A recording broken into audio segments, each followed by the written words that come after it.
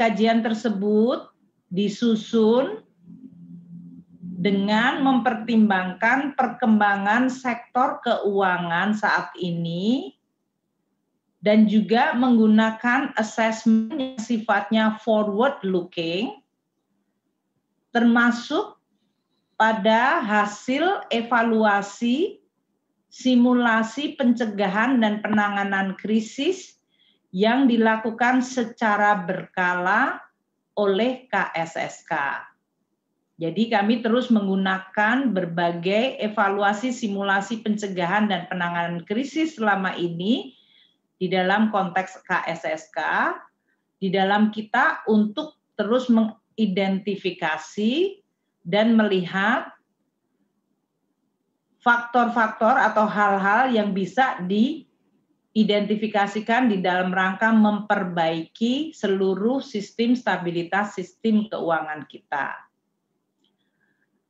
Nah, dari kajian tersebut, usulan penguatan di dalam kajian antara lain diidentifikasikan sebagai berikut. 1. Penguatan dari sisi basis data dan informasi yang terintegrasi antar lembaga menjadi sangat penting. Termasuk di dalam hal ini koordinasi antara lembaga di dalam pengkinian atau updating, rekonsiliasi, serta verifikasi yang harus dilakukan secara lebih intens. Ini terutama di antara lembaga seperti OJK, BI, LPS, dan juga pemerintah dalam hal ini Kementerian Keuangan.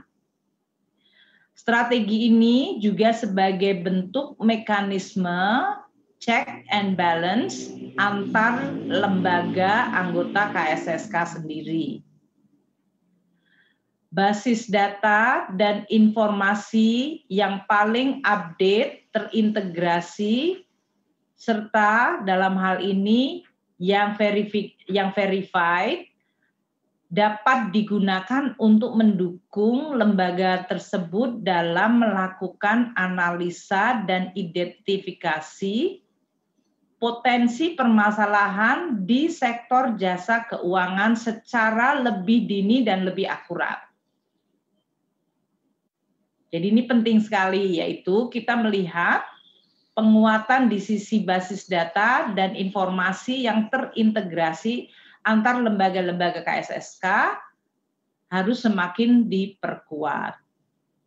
Sehingga analisa, identifikasi potensi masalah bisa dilakukan secara lebih dini dan akurat antar lembaga tersebut juga.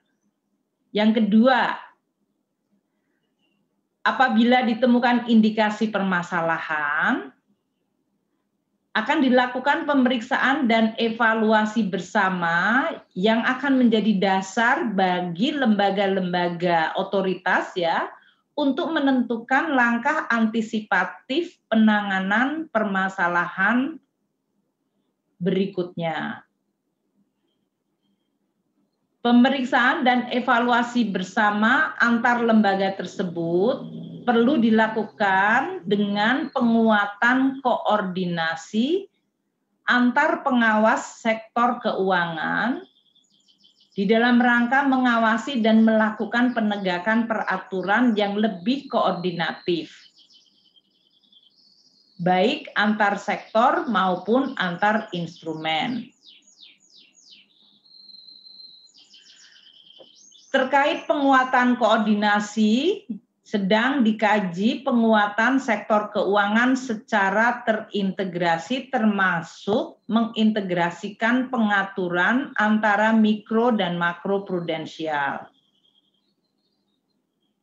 Untuk teman-teman media juga ketahui, Indonesia pernah menerapkan sistem di mana otoritas pengawas bank dan otoritas moneter berada dalam satu atap.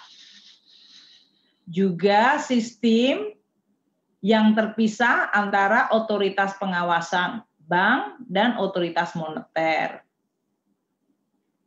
Jadi Indonesia mengalami dan pernah atau dalam hal ini memiliki 2 sistem yang pernah terjadi di Indonesia. Masing-masing sistem tersebut, baik mereka di dalam satu atap maupun berbeda atap, memiliki kelebihan dan kekurangan, dan yang ini perlu dikaji secara lebih hati-hati di dalam rangka tujuannya adalah memperkuat sistem pengawasan perbankan. Yang ketiga, perkuatan juga dilakukan dari sisi instrumen yang dapat digunakan oleh perbankan di dalam mengatasi permasalahan yang berpotensi dihadapi oleh bank. Saat ini sedang dikaji penyederhanaan persyaratan instrumen likuiditas bagi perbankan di dalam rangka untuk meningkatkan aksesibilitas bank yang membutuhkan dukungan likuiditas, misalnya pinjaman likuiditas jangka pendek atau PLJP dan pembiayaan likuiditas jangka pendek syariah atau PLJPS oleh Bank Indonesia yang memiliki fungsi sebagai the lender of the last resort. Keempat, penguatan juga diidentifikasikan perlu dilakukan bagi peranan LPS yang selama ini berfungsi hanya sebagai loss minimizer. Sekarang diidentifikasikan perlunya LPS menjadi lembaga yang bisa juga menjadi risk minimizer.